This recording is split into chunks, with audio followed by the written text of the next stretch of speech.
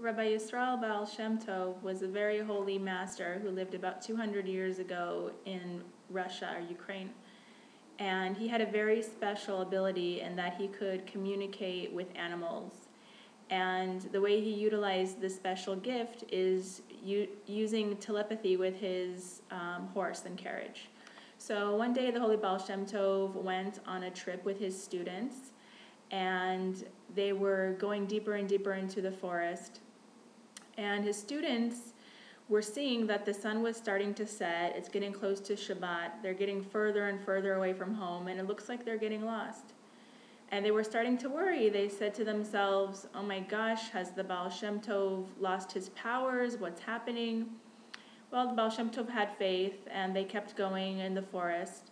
And they came to a house, and they saw that it was really getting close to Shabbat, so they decided to ask the people that lived there if they could spend Shabbat with them.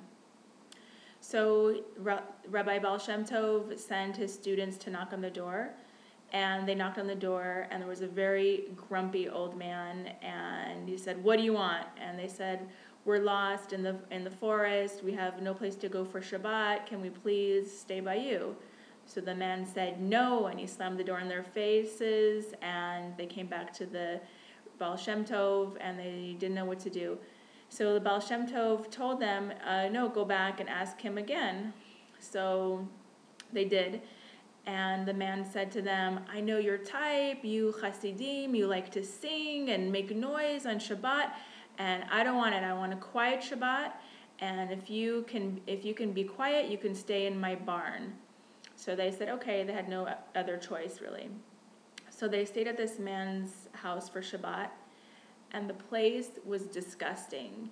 It was dirty. There was no white tablecloth for the Shabbat dinner. Everything was broken and disgusting.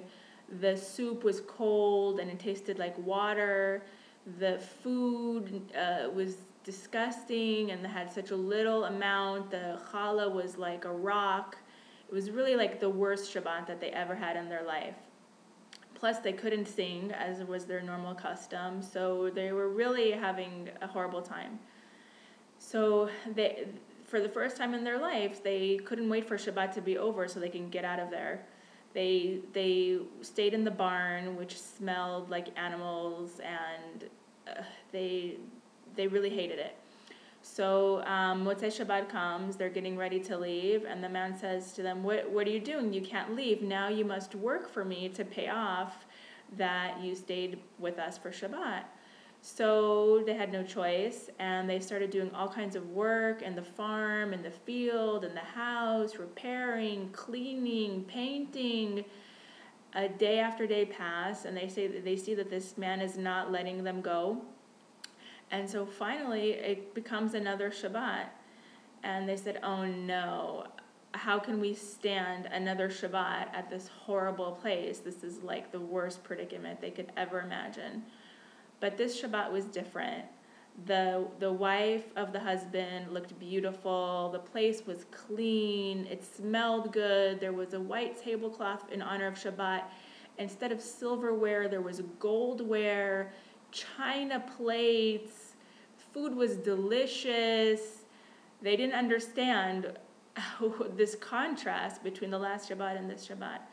So the wife of the man says to the Holy Baal Shem Tov, do you recognize me? So he takes a good look at her, and he says, yes, you're Sarla. You used to work with my wife in the kitchen. And she said, yes. And what happened was that one day there was a big pot of soup that was made for Shabbat, and I accidentally dropped it on the floor. And your wife yelled at me, and she told me not nice things, and you were in the room, and you didn't say anything. And my husband is a Lamed Vav Tzaddik, that means a hidden Tzaddik, and he saw that because of this deed, they were going to kill you in Shemaim. And he bargained on your behalf that instead of taking your life, that they should let it be, that you should just have one Shabbat completely ruined. And so that's what happened. Her husband prayed for him and saved his life. So there's many, many lessons in the story, and one of the lessons is that people on such a high and holy level, like the Baal Shem Tov and other masters, even if they make the slightest mistake, it could have grave consequences. And number two, and there's many other lessons, I'm sure, but that we should never ever judge somebody, because somebody who might look like a lowlife, like a sinner, like disgusting, dirty, a loser, whatever negative adjective you want to say, he might be like the holiest neshama, and like it could be a beggar on the street, it could be a homeless person. That person might be Eliyahu Navi. We don't know. This world is a world of illusions, so we have to treat everyone with dignity and respect, and to not judge everyone. And so this story comes to me now at a very particular time because of happenings in our community, which made me think of this relevant story. So thank you for listening. I hope you enjoyed the story, and God bless you all in everything that you do.